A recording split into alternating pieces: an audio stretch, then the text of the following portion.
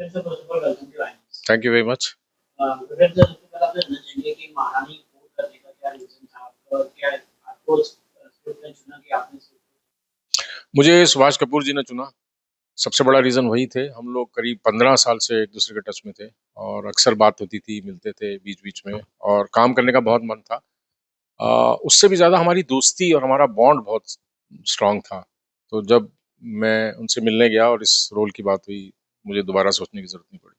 Sir महारानी court में आपका कैरेक्टर काफी नेगेटिव है, तो हियर और अनप्रेडिक्टेबल था, तो आपने इस रोल के लिए साइकोलॉजिकल शेड्स को कैसे अप्रोच किया और कैसे इंटरनल प्रोसेस होता है ऐसे डार्क कैरेक्टर्स को कास्ट करने यार मैं ना सोचता नहीं हूँ, मेरा कभी वो नहीं रहता है कि मैं कैसे करूँगा। मेरा बेसिकली एक ही ध्यान रहता है कि मैं जो बोल रहा हूँ, मेरा ध्यान उस पे रहता है। मैं क्या बोल रहा हूँ और हर जो मैं करता हूँ, वो मैं इस हिसाब से नहीं करता हूँ कि मैं पॉलिटिशियन प्ले कर रहा हूँ या मैं एक इंजीनियर या डॉक्टर या एक वकील प्ले कर रहा हूँ।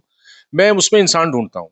जब मुझे इंसान मिल जाता है तो मेरे लिए काफ़ी काम थोड़ा आसान हो जाता है। तो मैं कोशिश मेरी यही रहती है कि उस कैरेक्टर का जो ह्यूमन एस्पेक्ट है, मैं उसको कैसे सामने लेके आऊँ। तो गाजी जना चाहेंगे कि जब कोई विलेनियस रोल या मॉरल ग्रे रोल करते हैं, तो क्या आप अपने कैरेक्टर को जस्टिफाई करने के लिए कोशिश करते हैं या प्योर ऑब्जेक्टिविटी से? मैं प्योर ऑब्जेक्टिव से प्योर प्ले करता हूँ और जो लिखा हुआ है मुझे वो प्ले करना है। मुझे ये नहीं सोचना कि ये गलत लिखा हुआ है। अगर मैं ये सोचूंगा कि ये गलत लिखा हुआ है यार, ऐसा तो गलत होता है या ऐसा सही होता है, तो मैं उसको बहुत ही सही कर दूं। मतलब जो लिखा हुआ है उसमें बहुत ताकत होती है, मैं उसी को फॉलो करता हूँ।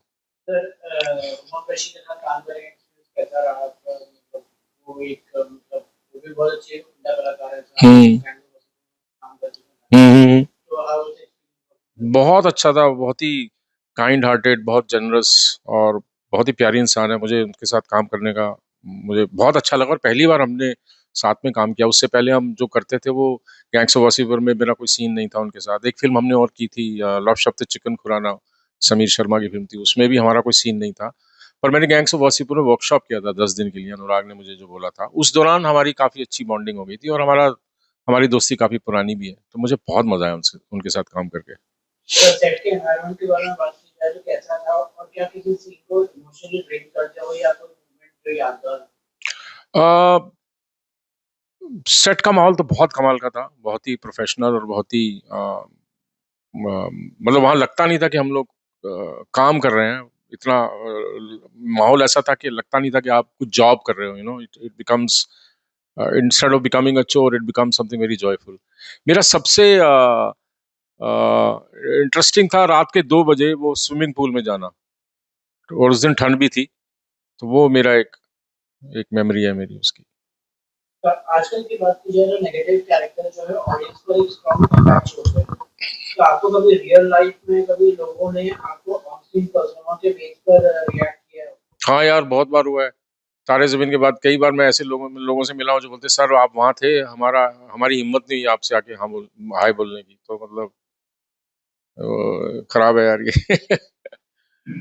सर क्या किसी एस्पेक्ट को सबसे चैलेंजिंग पाया या कोई रोल इंटेंसिटी पॉलिटिकल बैकग्राउंड को इमोशनल कॉन्ट्रडिक्शन भी हुआ आपको साथ में? नहीं यार, ऐसा तो कुछ नहीं लगा मुझे। स्पेशली आपकी जर्नी की बात की जाए तो 1989 से इंडस्ट्री का हिस्सा बने हैं, तो भारत एक खोज की शुरुआत। अब जब पीछे देखते हैं तो वो फर्स्ट ब्रेक आपके लिए इमोशनली क्या मायने रखता है? यार उसके बाद तो मैं 12 साल बीच में गायब था। वो तो एक वन ऑफ था। उसके बाद मैंने एक्टिंग छोड़ दी थी करीब 12-14 साल। मैं इंडस्ट्री में ही नहीं था मैं। बहुत बाद में तारे ज़मीन पे मेरी पहली फिल्म है। तो बट वो जब फर्स्ट ब्रेक मिला था तो उसको इमोशनली कैसे देखते हैं आप? भारत एक खोज में फर्स्ट ब्रेक। वो बहुत अच्छा लगा था यार। हम लोग अभी नए-नए थे और पहला ब्रेक ही होता है। उसका एक्साइटमेंट कुछ और होता है और आपको लगता है कि अब यहाँ से जर्नी शुरू होगी। First assignment is always the best that you remember. तो जो 12 साल का ब्रेक था तो वो कहाँ पे थे आप क्या? मैं बाहर चला गया था और मैं एडिटर बन गया था। हाँ।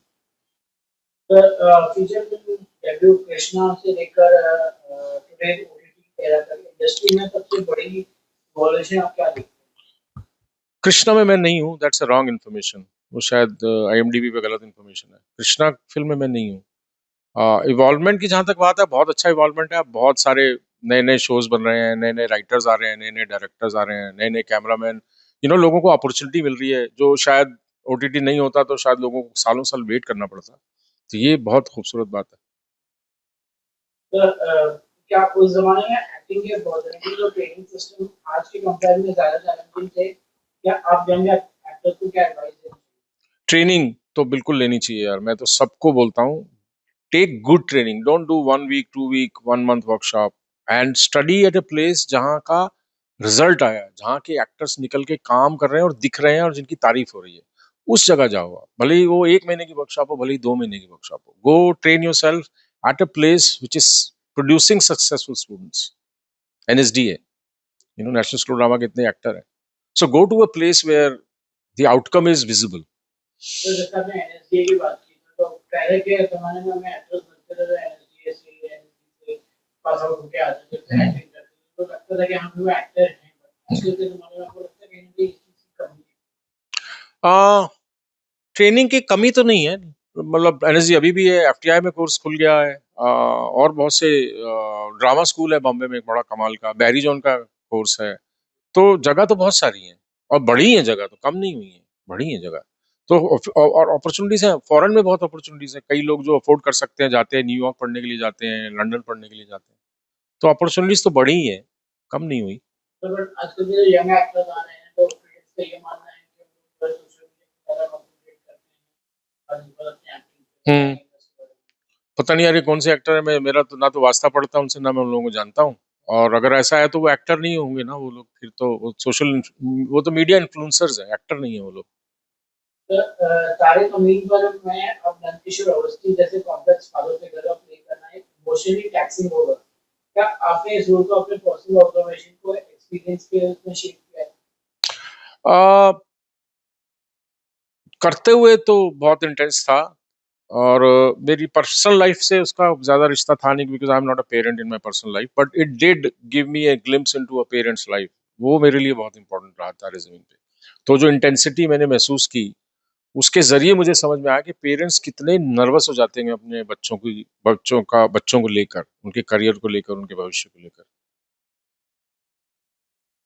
सर आपने स्क्रीन अवार्ड नॉमिनेशन मिला है और although you lost to Aamir Khan himself, क्या नॉमिनेशन या रिकॉग्निशन आपकी जर्नी को डायरेक्शन देते हैं या पॉपुलैरिटी सबसे बड़ा रिवॉर्ड होता यार मिल जाए तो बहुत अच्छा है, नहीं मिले तो आप अपना काम तो रोकते नहीं हो, आप करते रहते हो। I am never looking for कि मुझे अच्छा लगता है, I wish, everybody loves being rewarded, I also love being rewarded, but that's not the whole thing. उसके मतलब आप उसके लिए काम नहीं करते हो, लेकिन जब वो होता है तो आपको बहुत अच्छा लगता है, बिल्कुल। है? सर तारे ज़मीन पर के बाद आपका इंडस्ट्री का परसेप्शन में कोई विजिबल शिफ्ट महसूस हुआ? ऑफर्स और रोल्स के किस तरह बदले?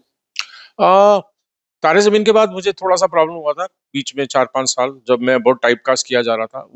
मेरे लिए बहुत मुश्किल टाइम था। मैंने उस समय काम मना भी बहुत काम को किया, लेकिन धीरे-धीरे मैंने हर तरह के अलग-अलग रोल करने किए हैं, जिसकी वजह से मुझे फाइनली थोड़ा-थोड़ा एक और भी चैलेंजिंग रोल करने का मौका मिल रहा है। तो परसेप्शन तो चेंज हुआ ही है, बिकॉज़ मैंने कभी काम करना बंद नहीं किया। मैं अपने काम से प्यार करता रहा और अपना काम करता रहा पूरी शिद्दत के साथ। सर आपने हॉरर 1920 और thriller Kartik college Kartik crime saga Ganga Wasseypur और फाइव ड्रामा पानसिंह तोमर में भी काम किया था। तो इतने वाइड स्पेक्ट्रम कवर किया है, तो आप कॉन्शियसली वैरायटी चूज करते हैं या रोल नेचुरली आते हैं?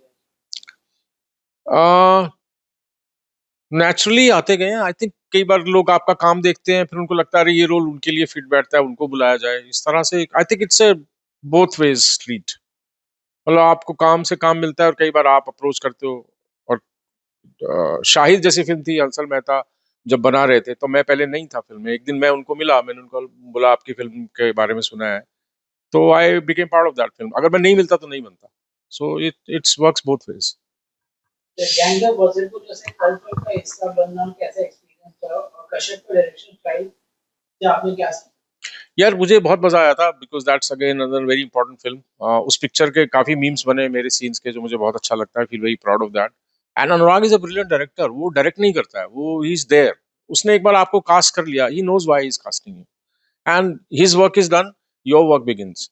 and he very rarely interferes with actors. He just watches you very closely and you automatically give your best. जब पान सिंह तोमर को मेजर मसद को प्ले करते वक्त आप आरबीडीसी पेन को पोर्ट्रे करना काफी स्पेसिफिक प्रेप मतलब चाहिए होगा। तो आपने क्या ग्राउंड वर्क किया था? क्या किया था? पान सिंह तोमर में हाँ जब आप वो मेजर का रोल प्ले कर रहे थे, हाँ तो आपने मतलब काफी डिसिप्लिन पोर्ट्रे करना या तो बिल्कुल उसके लिए आर्मी क्या का ग्राउंड वर्क किया था? हमारे वहाँ एक आर्मी के ट्रेनर थे हमारे पास, तो कैसे सैल्यूट करना है, कैसे खड़ा होना है, we had someone who taught us all that actually. तो हम लोग कॉन्स्टेंटली ऑब्जर्वेशन में रहते थे कि ये ऐसा नहीं होता है, आपको ऐसे खड़ा होना है, पाँव ऐसा मारना है। तो we had someone who guided us. Like एक एक्टर के लिए प्रिपरेशन कितनी जरूरी होती है आजकल के एक्टर्स के हिसाब से अगर जानना चाहे तो क्या एडवाइस देंगे आजकल के एक्टर्स? यार मेरी प्रिपरेशन का सबसे बड़ा एडवाइस है, जितना अपने डायलॉग्स को आप पढ़ सकते हो डेली बेसिस, आप उतना पढ़ो। सब कुछ इसी में लिखा हुआ है, सब स्क्रिप्ट में है, सब आपकी लाइंस में है। आप जितना उस पे काम करोगे, बाकी चीजों पे उतना काम करने का जरूरत नहीं पड़ेगा। बाकी की प्रिपरेशन तो सब करते ही हैं, या आप ये कपड़े पहनोगे, आपका लोकेशन ये होगा, आपका मेकअप ऐसा होगा, वो सब भी प्रिपरेशन का ही हिस्सा है, because you have to prepare yourself when you go to a shoot. But dialogues, that's main. तो यूजुअली कहा जाता है कि मतलब एक्टर्स प्रिपेयर करते हैं किसी रोल के लिए वो इंटेंस रोल के लिए प्रिपेयर करते हैं तो कई महीने जो है अपने आप को बंद कर देते हैं या फिर ऐसा कुछ प्रिपरेशन करते हैं कि किसी से बातचीत नहीं करते हैं या अलग ही जोन में रहते हैं, कैरेक्टर के जोन में रहते हैं हमेशा। तो वो कितना जरूरी रहता है एज एन एक्टर? वो यार पर्सनल कॉल है, डिपेंड करता है। अगर आपको लगता है कि ये रोल करने के लिए मुझे किसी से बात नहीं करनी है, आप मत करो। इट्स ए पर्सनल कॉल, और बेनिफिट तो होगा ही, बिकॉज आपकी सबकॉन्शियस पे असर होता है ना। अगर आप सारा दिन अपने आप को कमरे में बंद कर रहे हो, तो आपका माइंड एक सर्टेन तरह से सोचने लगता है। बोलते भी हैं, जब आप अकेले रहते हो तो you become your analytical power reduces quite a lot actually. तो उसका बेनिफिट कहीं ना कहीं तो दिखेगा ही दिखेगा। सर आपके हिसाब से एक्टर की लॉन्जेविटी के लिए सबसे इम्पोर्टेंट क्या क्वालिटीज डेवलप करना चाहिए? एक्टिंग के अलावा फिल्में बहुत सारी देखनी चाहिए, डेफिनेटली।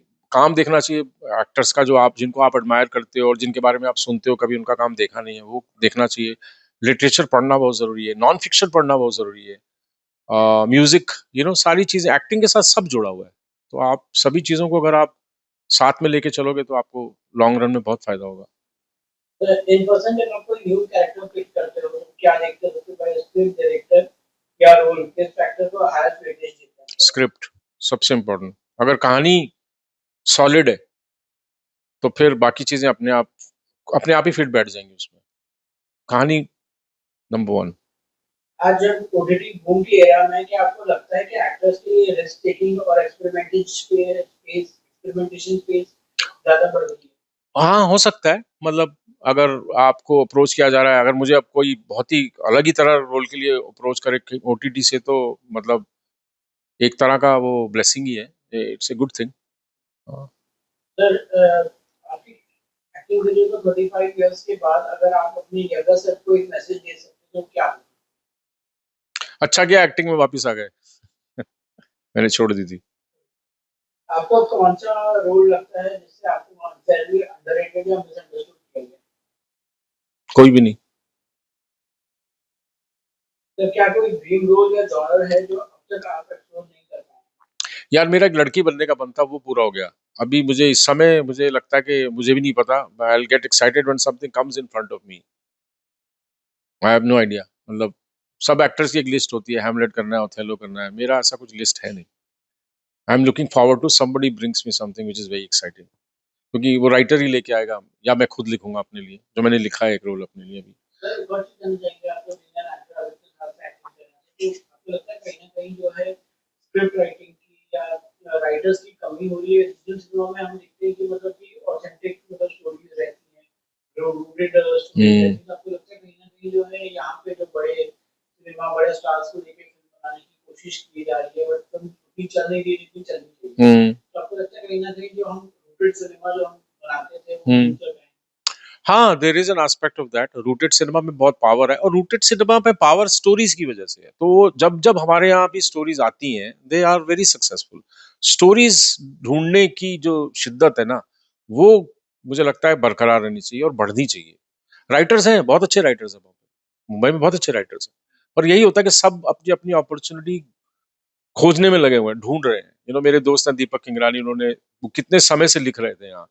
अब सिर्फ एक बंदा आने के बाद, नेशनल अवार्ड मिलने के बाद उनके पास अपॉर्चुनिटी खुल गई है। तो यही सबके साथ यही होता है, is one opportunity that you they everybody is looking for, there are writers, they are all looking for that opportunity. तो आपके फैंस और फॉलोअर्स को महारानी कोर्ट के बाद एक नई राइड में देख रहे हैं, तो उन्हें आप क्या मैसेज देना चाहेंगे? Yeah, I'm thankful to them that they have seen our show, and our show is trending at number one. And I'm very thankful to the audience that the love they are giving us is brilliant, and that's very humbling actually. तो आप family man season 3 भी कर रहा था, तो मनोज वाजपेयी और जयदीप बराबर के साथ काम करने का बहुत बढ़िया। मनोज को मैं बहुत सालों से जानता हूँ, हम लोग थिएटर के साथी हैं, दिल्ली में जब थिएटर करते थे। तो जब पुराने साथी के साथ काम करने का मिलता है तो बहुत सारी बातें होती हैं, apart from acting, apart from scene.